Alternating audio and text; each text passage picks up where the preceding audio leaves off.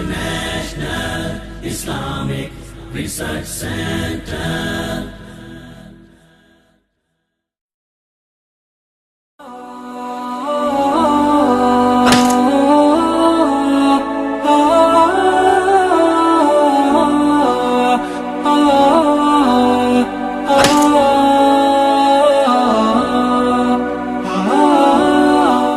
رفع یدین کتنی جگہوں پر ہے؟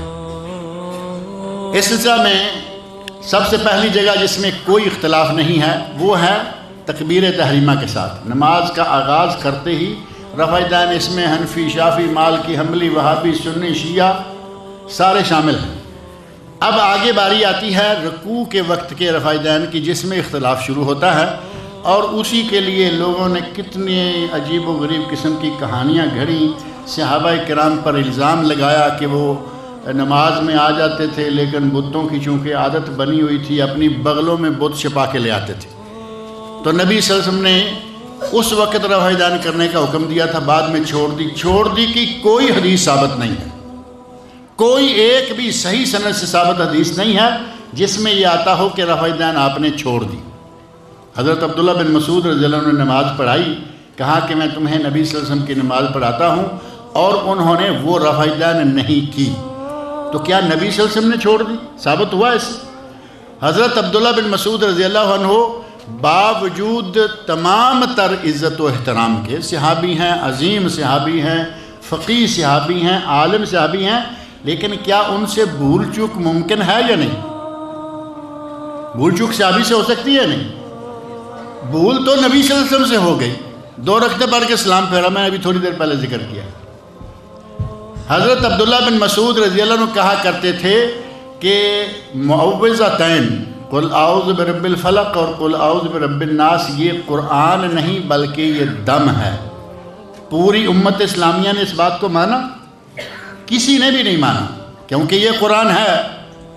حضرت عبداللہ بن مسعود رضی اللہ عنہ کہا کرتے تھے کہ اگر 3 آدمی ہیں تو امام کے ایک دائیں کھڑا ہو جائے، ایک بائیں کھڑا ہو جائے۔ کہیں ایسے جماعت ہوتے ہوئے آپ نے دیکھی ہے؟ نہیں ہے۔ امام کے بائیں کبھی کوئی نہیں کھڑا ہوتا، دائیں طرف چاہے 2-4 زیادہ بھی ضرورت کے تحت ہو جائیں۔ وہ کہا کرتے تھے کہ گھٹنوں پہ رکوع کے وقت ہاتھ نہیں رکھنے بلکہ دونوں ہاتھوں کو جوڑ کر گھٹنوں کے سنٹر میں رکھنا ہے۔ ایک نہیں کئی اس طرح کی باتیں ہیں۔ حضرت ابن مسعود رضی اللہ عنہ سے چوک ہو گئی، یہاں بھی چوک ہو گئی کہ انہوں نے رفع یدین نہیں کی۔ 1 نہیں، 2 نہیں، 10 نہیں، صحابہ کرام میں سے 50 صحابہ کرام اور کم و بیش 500 احادیث ہیں جن سے ثابت ہوتا ہے کہ نبی صلی اللہ علیہ وسلم رفع یدین کیا کرتے تھے۔ اب ایک صحابی سے اگر چوک بھی ہو گئی ہے تو رفع یدین کے ثابت کرنے والے کون ہیں؟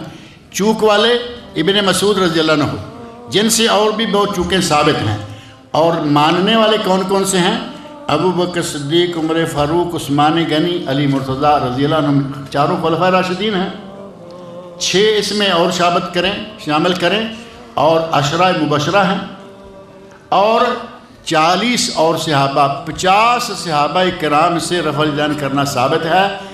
پہلا، اس کے بعد رکوع جاتے ہوئے، رکوع سے اٹھتے ہوئے، اور جس وقت آپ کوئی بھی قاعدہ کر کے، ایک ہے 2 رکعتوں کے بعد قاعدہ، اور کبھی کبھی ہمیں 1 رکعت کے بعد ہی قاعدہ کرنا پڑ جاتا ہے۔ آپ امام کے ساتھ جا کے شامل ہوئے، وہ 1 رکعت پڑھ چکا ہے، اب 1 رکعت کے بعد قاعدہ آ گیا۔